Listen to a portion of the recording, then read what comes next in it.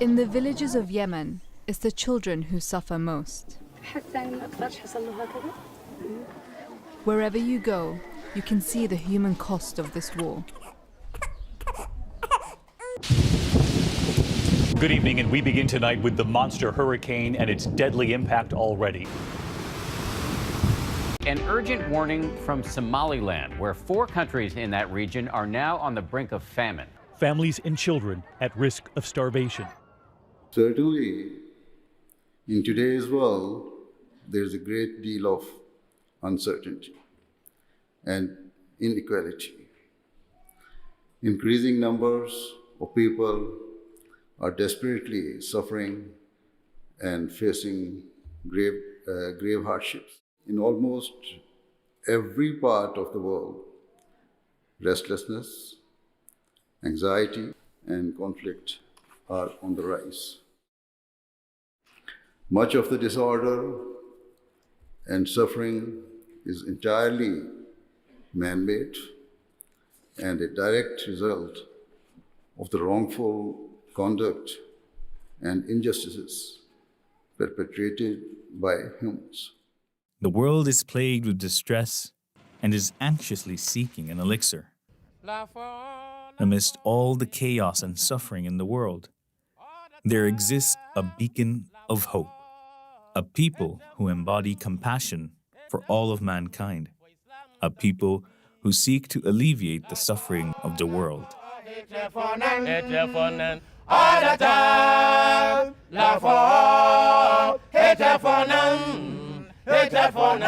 For Islam stand for peace. La for hate for none. All the time.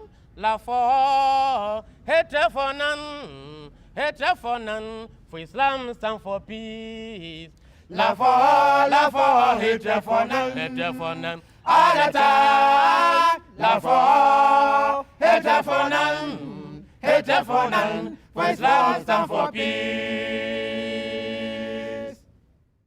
Nevertheless, irrespective of the cause of the suffering, if we claim to be true Muslims, it is our obligation and paramount duty to assist all people who are facing difficulties and to strive to alleviate their pain and distress. True Muslims and their ingrained desire to serve humanity started from a simple seed sown 1400 years ago in the hearts of the desert Arabs. It was in the form of the message that God bestowed on that chosen nation, the Holy Quran.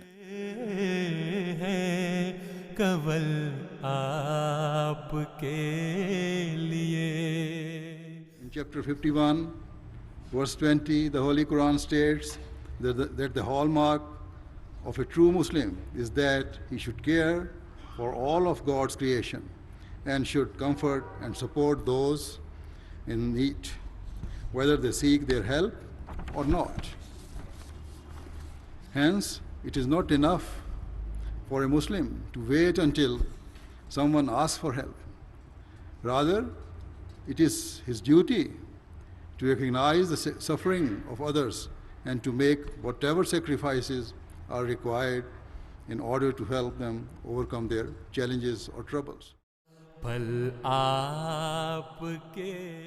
The perfect message God gave mankind was the Holy Quran, and the physical manifestation of the message was the Holy Prophet of Islam, peace and blessings of Allah be upon him.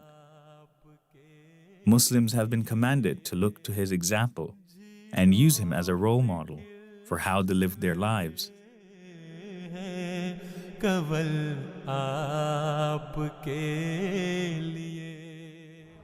Prophet of Islam, peace and blessing of Allah be upon him, championed the rights of all people, of all races, and of all beliefs, and was a source of unparalleled mercy and grace for all mankind. From every pore and fiber of his being gushed forth an eternal spring of love and compassion for humanity. For example, on one occasion, the Holy Prophet Muhammad, peace and blessing of Allah be upon him, said, I am with the weak because aiding the weak and poor is the means of reaching Allah, the Almighty. We shall follow Messiah. In this day and age, the torch of enlightenment is carried by the Messiah of the time, who came to revive the message that the Holy Prophet, peace and blessings of Allah be upon him, had brought. We shall follow Messiah. The reformer. The Prophet Muhammad said, treat all the creation of God with such deep love as though they are your close family members. Treat mankind in the same way that a mother treats her child. This is the way you should be. Not that you help someone only so that you can attain benefit later or take a favor in return. On another occasion, the Prophet ﷺ said, each day, every person should analyze himself and see to what extent he is concerned for others, and to what extent he shows love and compassion to his brothers. Compassion for others is a huge demand and responsibility, and weighs heavy on mankind. In today's world, Jamaat Ahmadiyya is helping to shoulder that responsibility under the guidance of Khilafat. The compassion that is shown by members around the world is exemplary. Join us as we take a glimpse at the various services rendered all around the world by the Ahmadiyya Muslim Jamaat.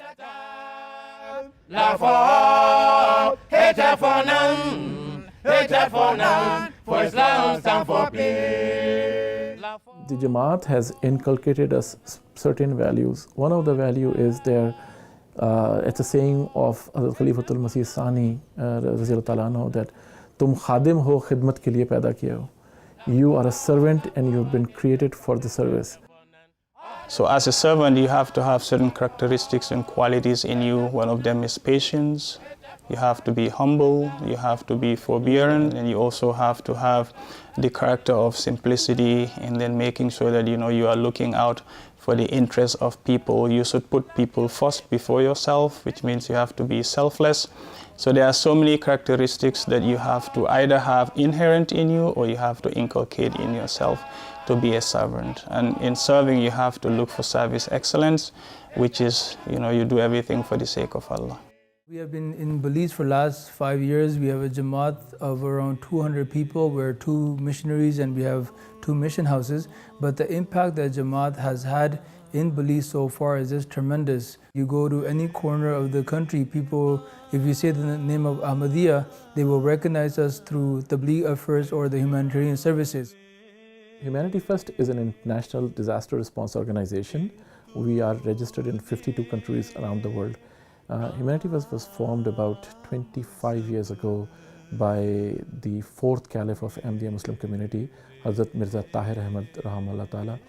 He envisioned an organization that consisted of selfless people who were there to help suffering humanity, rather than an organization where there is directors and officers working for money. This organization has only one agenda: relieve the human suffering. When we started 4 or 5 years ago, we had internet cafe at the mission house. Then we had cell phone repairs course when we had individuals visiting from Canada and would go around the country and offer how to repair their cell phones for a week or so, and then we would give them a certificate which they can use to apply for jobs.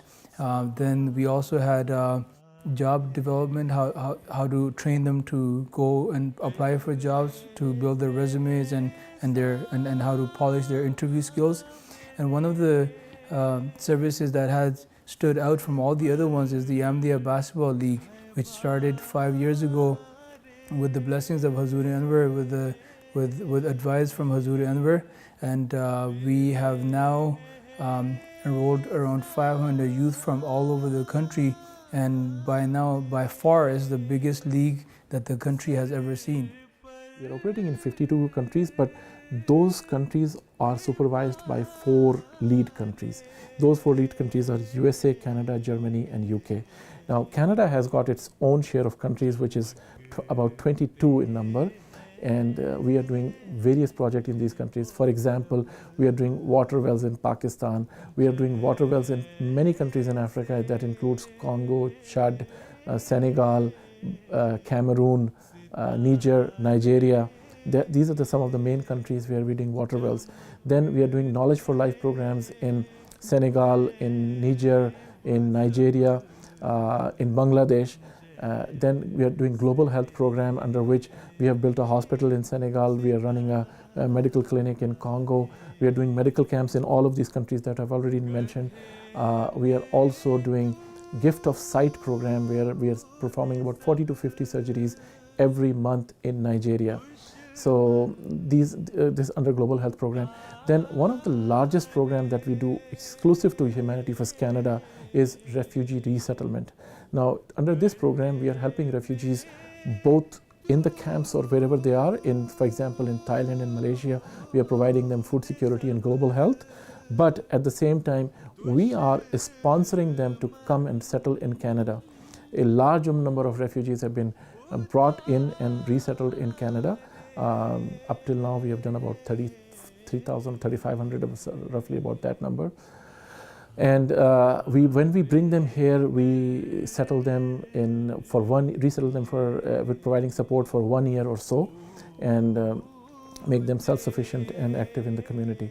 Then we have local programs like Food Bank. This Food Bank is again a unique program that provides food to people in need who are also newcomers, or who have lost their job, or single moms, or people with disabilities. A unique food bank that we provide groceries for 1 month at a time. We deliver to their home, no questions asked. All these being done by our volunteers. A new program to our food security and food bank program is the Shelter Bus project. This Shelter Bus project is a shelter bus with 20 beds that moves around in the city, and if we find any homeless, we'll bring them in. We will provide them hot food in the bus. We have got lounge there, dining lounge, as well as we have 20 beds in the bus where they would sleep overnight, and then in a warm environment, and in the morning they will get the breakfast, and then we'll drop them off. In Philippines, we have built 400 homes after the typhoon. We are now providing them support with this Knowledge for Life program, and a number of other programs are going. We are now started working in South America. Recently we have done some projects in Belize and Paraguay, and the list goes on. Serving humanity is a fundamental tenet of Islam. Islam requires us to bandage the wounds of those in pain, to remove the anxieties of those who are distressed, and to show love and compassion without any desire for recognition or worldly reward. Thus, wherever any person is suffering or facing cruelty, it is your duty to be there to help and support them.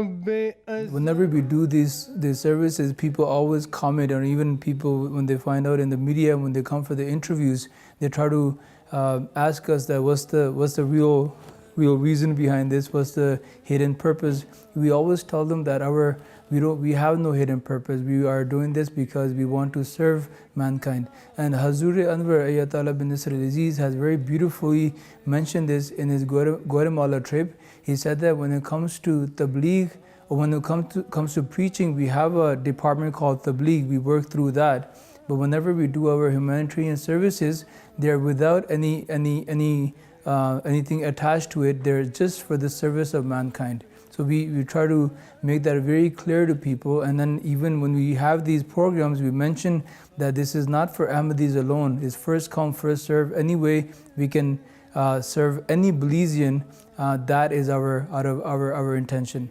The USA Mengkhidmati department has a robust plan for serving humanity, especially during Thanksgiving Day, we have a robust campaign for feeding the homeless. We'll go to homeless shelters, we'll cook food or make sandwiches, and then we'll go to homeless shelters and distribute these sandwiches to the homeless people, or we'll have a soup kitchen where we'll go and feed the homeless people, giving them hot meal, not only for show, but to just give them the impression that, you know, it is ingrained and imbibed in us to serve humanity. And at that instant, you can see the gratification that they have, you know, in their faces, you know, the smiles and then the appreciation for us to be there, serving them, spending time with them. That is what we see, you know, firsthand, you know, when we serve people. Sometimes they are surprised that the Muslims are doing these things, because then it's contradictory to what they are seeing in the media on a daily basis, that Muslims are always portrayed in a negative light. So if Ambi youth get out of their way and then do what they do on a daily basis to go help and serve humanity, this changes the narrative and the perception about Islam, you know, in this country. And I'm glad we have the opportunity to do this. It is not enough for a Muslim to wait until someone asks for help. Rather, it is his duty to recognize the suffering of others and to make whatever sacrifices are required in order to help them overcome their challenges or troubles. Allah says in the Holy Quran that you are the best of the people, raised for the good of mankind. And so in doing so, our Khuddam, they are trained from the very young age that in order to attain the nearness of Allah, they have to serve the mankind. Just like anybody else, they also work, they also go to school, they also have families, they also have those other chores and tasks just like anybody else. They have busy lives, but this is all done outside of their busy schedule as well. They take out that time after work, they take out the time after school. They spend the evenings and weekends for such humanitarian projects to gain the pleasure of Allah Ta'ala. Further, in chapter 90, verse 15 to 17, Muslims are instructed to feed the hungry, to show empathy and love to orphans, and to help anyone in need, especially those mired in poverty and or who are defenseless and weak. Muslims are taught to be the ones who comfort and love those people who have been failed by society and to carry the weight of their burdens on their own shoulders.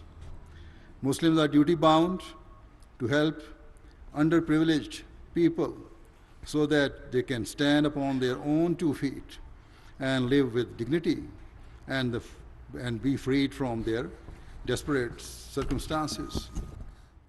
We have also tried soup kitchen, where once or twice a month we will make something at the mission house and then deliver to those people in the city who are needy, who cannot afford even the basic necessity of having a meal.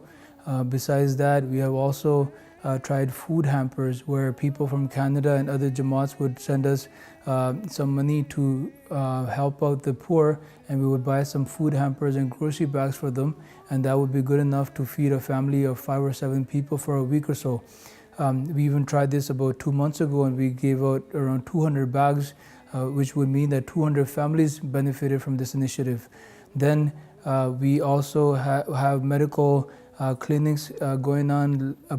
This year in January, we had 2 doctors from Canada coming, and they were able to work with around 50 to 60 patients from all over Belize, and we offered free medicine to them also. So these are some of the initiatives that we have tried. We keep on trying new things. Some of them work out in these countries, some of them don't, but we are open to help our community in Belize in any way possible. So by the grace of Allah Ta'ala, Majlis Saddam Al-Ahmadi is blessed to take on many initiatives throughout the year as well. And one of the many initiatives for the humanitarian services that we take on is blood drives. Another one is food drives as well. And the third one, senior care, and many other initiatives as well. A couple of years ago, just a few years ago, 6-7 years ago, we used to do about 100,000 pounds of food collection that we used to do in a year. 3 years ago, specifically by the grace of Allah Ta'ala, we took on an initiative under the guidance of Huzuri Aqdas, Ayyadahullah Ta'ala bin Nasr al-Aziz, in which we took on a challenge for 1 million pounds of food. This was not too long ago, and by the grace of Allah Ta'ala, this initiative, even though it was a difficult task, it was a very ambitious target as well. It seemed very difficult in the beginning, but through a lot of prayers and a lot of dedication, and with because this was under the guidance of Huzur Iqtas, this was all made possible at the end of the year as well. One incident that comes to my mind is that we went to a morning show, and the host of the show was a Ghair Ahmadi. Before he even introduced us to the TV, he said that these are the Ahmadiyya Muslims, and we're not sure why they're here, because we already have a Muslim mosque and we have everybody coming, so we're not sure why they opened up a new mosque calling it an Ahmadiyya mosque. We're already united in this mosque that we have already. So before we even got to answer that question, a person locally called in and he said that I want to say that ever since these people have been in our country, these people are here to serve us as Belizeans, and we're very proud and honored to have them. And in fact, we want to continue to invite them that please continue to do the amazing work that you're doing, and even those parts that you haven't been to before, please come and work with us, because you are the only people that work with us. There's other people that come in groups, they would stay here for a week or so, but they will leave. But these Ahmadiyya people that have been coming here have been with us ever since, and we love them and we want them to continue to work with us.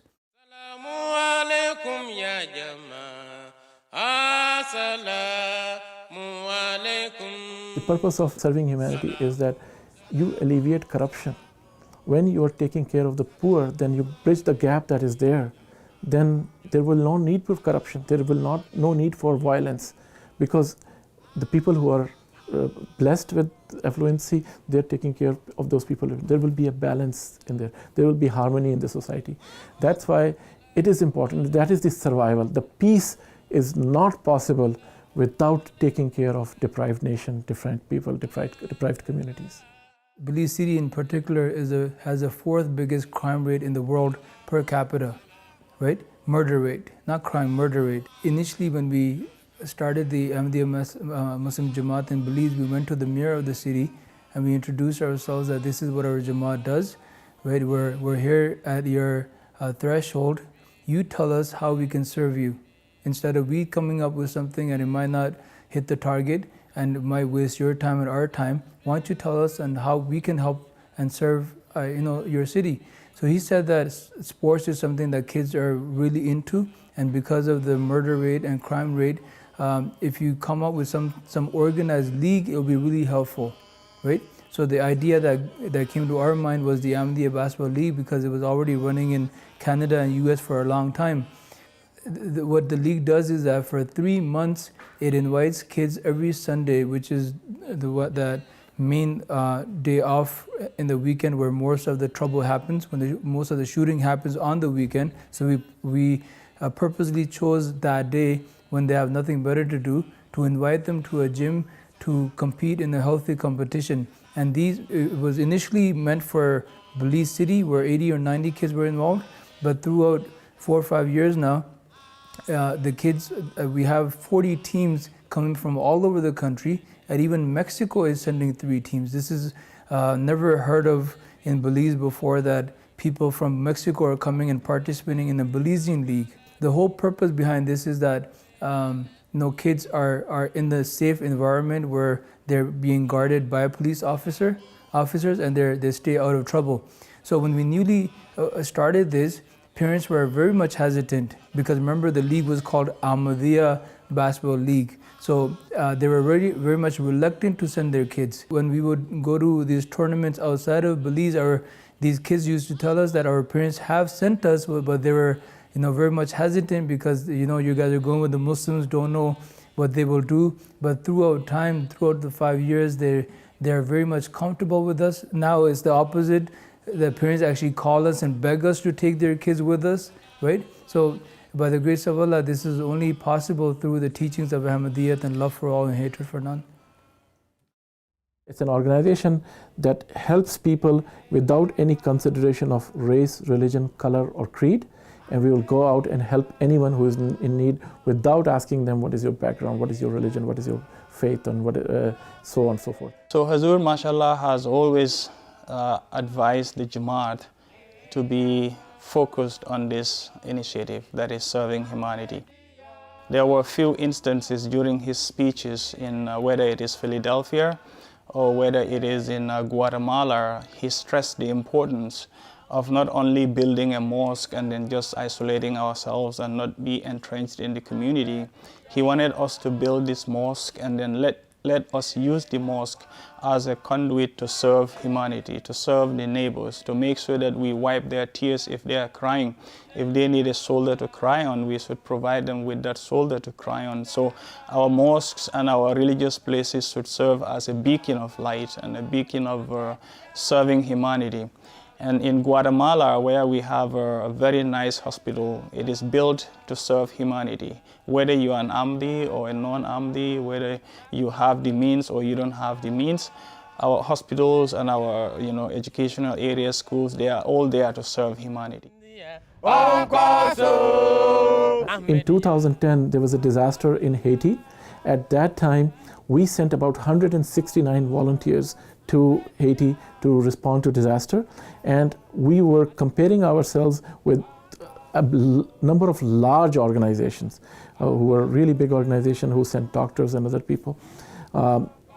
We saw that our doctors stayed in a tent pitched on a road. They ate granola bars and pasta and noodles, while other doctors from another organization were staying at a distance in a very nice hotel. They were eating really nice, good quality hotel food, and they were working only 8-hour shifts. After that, if somebody worked, they were paid double time and a half. They were paid doctors. Our organizations, volunteers, doctors were volunteers, zero paid. So imagine the amount of the money saved. I calculated that amount, that how much 169 volunteers for that period of time. The cost of that volunteer work was $1.2 million.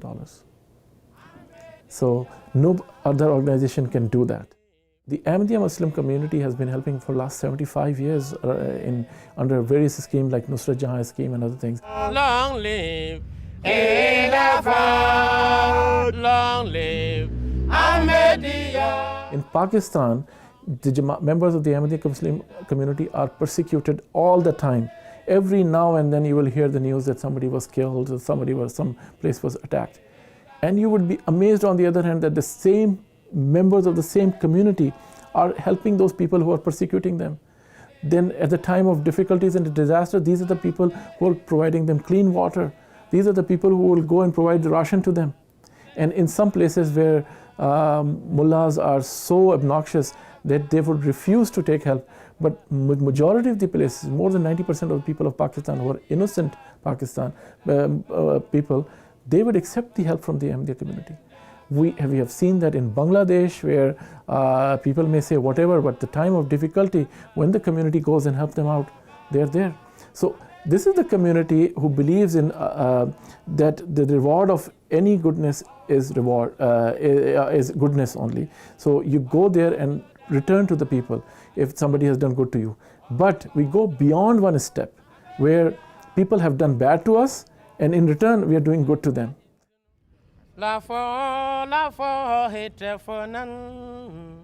voice and hand behind the passion of service to humanity is being led by none other than His Holiness, Hazrat Mirza Masroor Ahmad, may Allah be his helper.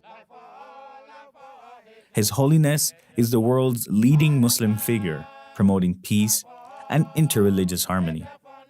Through his sermons, lectures, books, and personal meetings, His Holiness continually advocates the worship of God Almighty and serving humanity.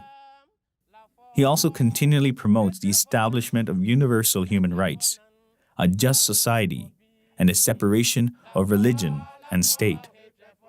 In his youth, he devoted his life for the service of Islam and humanity, going to Ghana to serve as a headmaster of 2 secondary schools. Using his background in agriculture, he experimented with wheat and proved that it could be grown in Ghana. After being elected as the worldwide head of the Ahmadiyya Muslim community, he has turned his focus towards establishing peace and alleviating the suffering of mankind.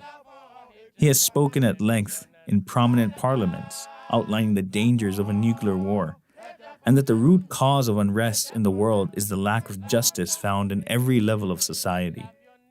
He has established the annual National Peace Symposium, in which guests from all walks of life come together to exchange ideas on the promotion of peace and harmony. His Holiness also launched the annual Ahmadiyya Muslim Prize for the Advancement of Peace, an international peace award for individuals or organizations that have demonstrated an extraordinary commitment and service to the cause of peace and humanitarianism. He takes a particular interest in alleviating the suffering of developing nations by overseeing organizations that lead various humanitarian disaster relief and development projects. Under his leadership, the community has built a number of schools and hospitals that provide high-class facilities in remote parts of the world. And through various schemes of the Ahmadiyya Muslim community, His Holiness has funded the tuition and education of numerous underprivileged students around the world, irrespective of their religious background.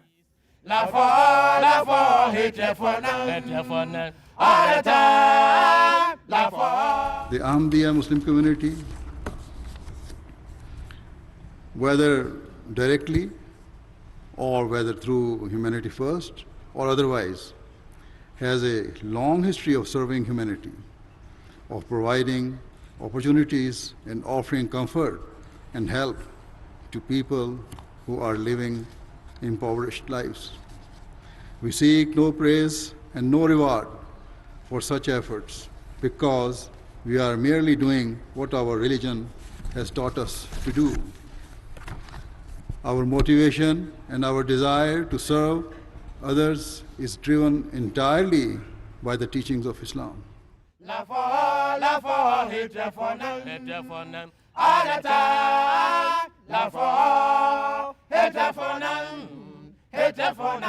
For Islam stand for peace.